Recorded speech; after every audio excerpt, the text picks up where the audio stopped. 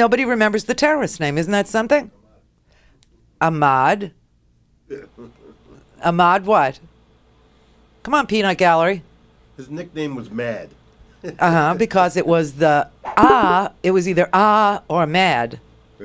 So they picked Mad because it sounds street cool. Okay, his name was Ahmad Khan Rahami.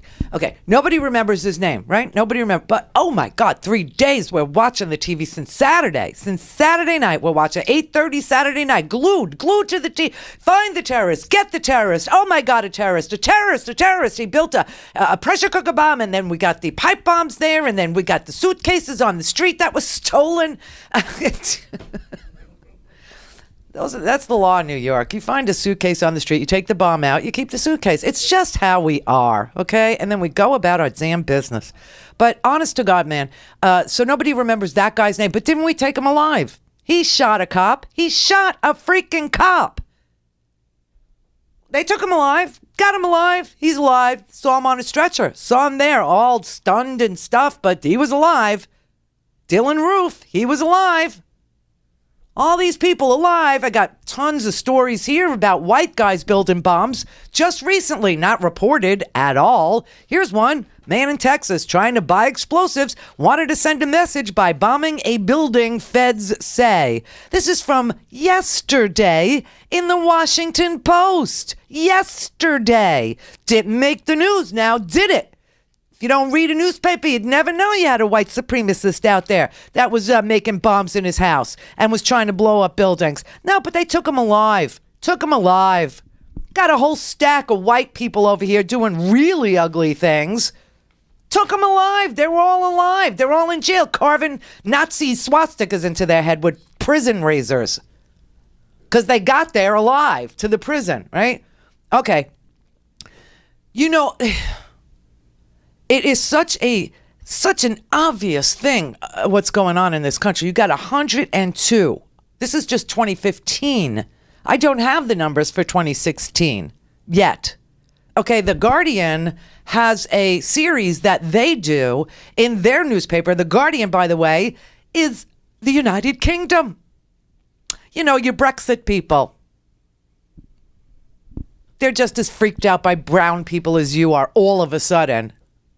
But, okay, The Guardian's got a project called The Counted, and they count death by cop in the United States for us. And they can only do it from afar with what they're reading in the newspapers, see? Because there's no obligation to report these things.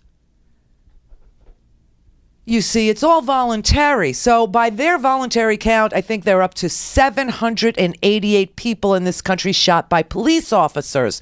However, the only year I have numbers for of unarmed black men killed by police is 2015, and that stunning number is 102 dead men. Dead brothers, dead fathers, dead sons, dead boys, dead 13-year-olds. Yes, 102 unarmed black men killed by police officers.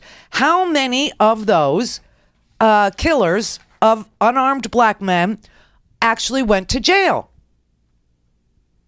Oh, see, now this is getting good, right? This is good information. Jot it down. Out of 102 unarmed black people in 2015, that's about 2 a week.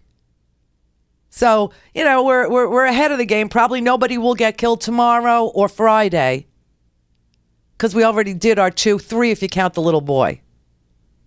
We're ahead of schedule this week. Okay, but out of the 102 unarmed black people, 10 of the 102 cases where an unarmed black person was killed by police resulted in officers being charged with a crime. Only 2 of the 102 deaths, the death of Matthew Ajibade, who was killed in prison and died alone in his cell by a police officer who tased him and left him there to die. Okay, he was charged, and he did receive jail time. Do you know how much? Okay, this is really going to make you nauseous, so try and suppress the gag reflex right now. Just if you're not a girl, you might throw up. But girls, we know how to do that, right? Suppress the gag. Yeah, the guy that tased and killed Matthew Ajibade got jail time. He got 1 year in jail, weekends only. Weekends only. He was allowed to serve his time only on the weekends. And other than that, he was free to go about his business. Now, the other, I don't even want to say police officer, the other deputy, we'll call him that got jail time for killing any of these 102 unarmed black men was also in Tulsa.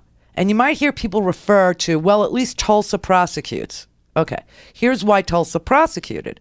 Because this man who killed Eric Harris, he just shot him on the street. Eric Harris was unarmed.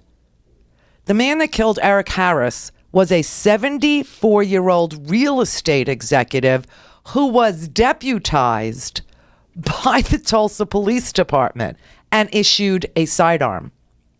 And he said he panicked. He said he went to grab his taser, instead grabbed his gun, and accidentally killed Eric Harris. So he was found guilty of second-degree murder.